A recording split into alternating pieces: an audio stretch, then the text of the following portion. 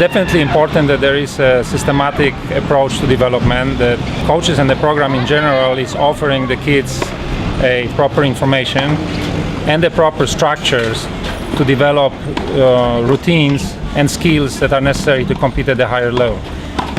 In a way, small environments like St. Vincent could be beneficial due to lesser distractions.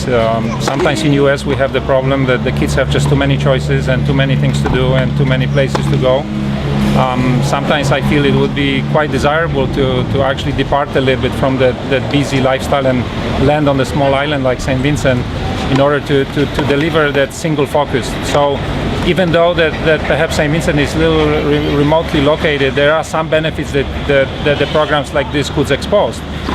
If the kids can spend lots of time on the court, if there is not too many other distractions, and if there is a good information that the coaches are transferring to the kids, if there is a sufficient repetition of skills, and I would say maybe most importantly, if there is a vision for where this is all going. So if there is a burning flame of motivation and the vision that this kind of work and this kind of experience can lead to something phenomenal, I think there's a very good chance that the programs like this one will develop future college players, and who knows, maybe potentially a professional. I would say the biggest challenge would be lack of exposure to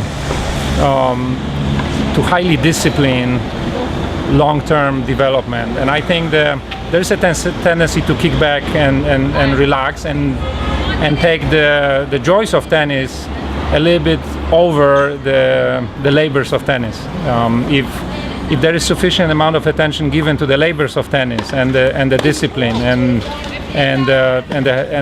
the daily routines and hard work, there's certainly a chance for developing the great players in any country, and St. Vincent should not be an exception.